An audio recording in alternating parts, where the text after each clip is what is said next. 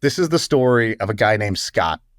Meetup.com is probably the most popular thing that he made. Meetup is a really cool site. I used it when I moved to San Francisco, joined a bunch of groups, met a bunch of people. It's basically a way to go from the internet to actually meeting people in real life. And so I knew about Meetup. I hadn't even known about Scott. But what I didn't know was the story that Scott, after he had sold his first company, actually went and worked at McDonald's just to kind of reset. And he did that for a while. And now he was going viral because he's kind of doing it again. He didn't tell anybody, but people saw him update his LinkedIn and it said Amazon associate or like warehouse associate or something. Basically, he's back at a Amazon warehouse now, being a pickpacker, kind of minimum wage job again. And people are like, dude, this is not the first time he's done this. He did this with McDonald's 20 years ago.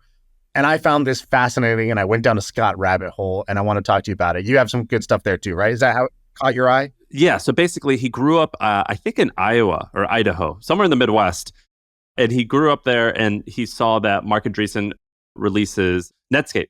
And he was like, this is amazing. And so he's like, I'm going to get in the internet. And so in the mid 90s, he starts, I believe, like one of the world's first online internet agencies. I think it was an advertising agency, something like that.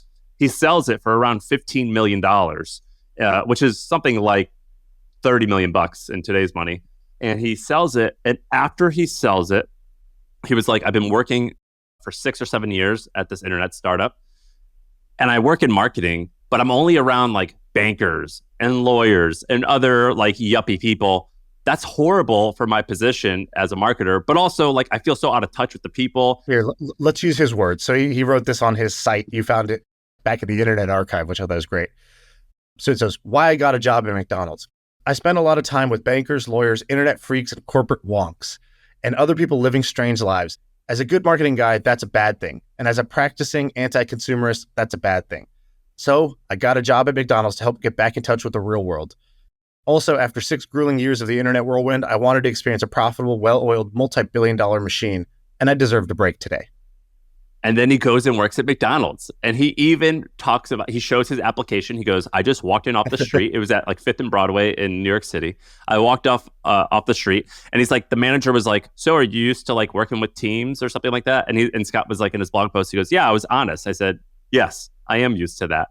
Yeah, he goes, I was truthful in my interview. He asked if I can handle a fast-paced, intense environment. I said, yes. He looked at my resume and asked about my current part-time job as chairman of iTraffic. I said, it's an internet thing. He said, okay, and then asked me for my waist size for the pants.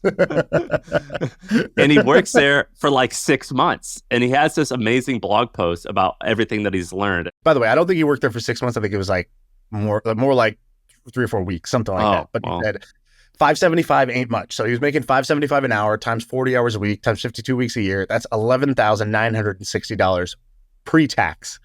He goes, some people said it was disrespectful to me to take a job at McDonald's. I didn't need the money.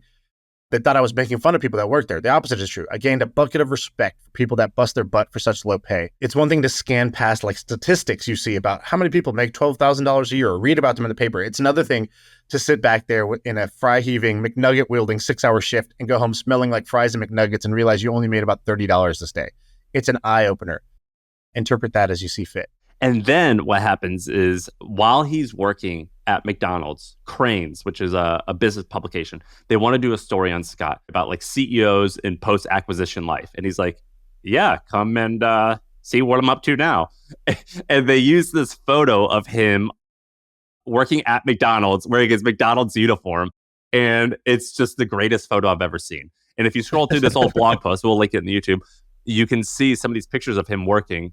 It looks like it looks pretty wild. Well, they spun it like he was struggling, right? It's like Dethroned CEOs is the title.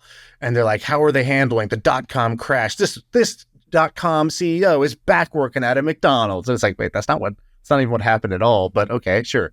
Now, fast forward to today. By the way, he made $15 million, I think, in that sale. So he sold his agency for about $15 million. Who knows, stock, cash. Who knows if these is like, but ballpark, right? Let's take it directional. And then he goes from there to working at a McDonald's, just to kind of like reacclimate with the real world, which I thought was really good. And fast forward to today. So in 18 or 19, something like that, he sells Meetup.com to WeWork. The price was rumored to be $200 million, but who knows? It's enough that he doesn't have to go and work someplace like this. Turns out he has a job at an Amazon fulfillment center.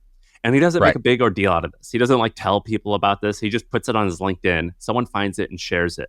So he ends up and does a podcast where he talks about the story of why he's at Amazon. And it's the same type of thing where he's like, I just like felt out of touch with average people, and I wanted to feel that again. And he doesn't exactly say this, but he says something like, the interviewer was asking him about his experience there. And he's like, the interviewer was like, isn't that place where like they just had a big issue with the workers in the warehouse wanting to unionize? And he's like, look, I don't want to talk too much about that, but yeah, that's where it was. And I think it's a good idea. And he sort of insinuates that he was part of it. that he was part of it. And he was kind of like whispering in people's ears. And he doesn't explicitly say that, but the language that he uses where he's like, I don't really want to talk about it. But yeah, like I was there. I saw it all happening.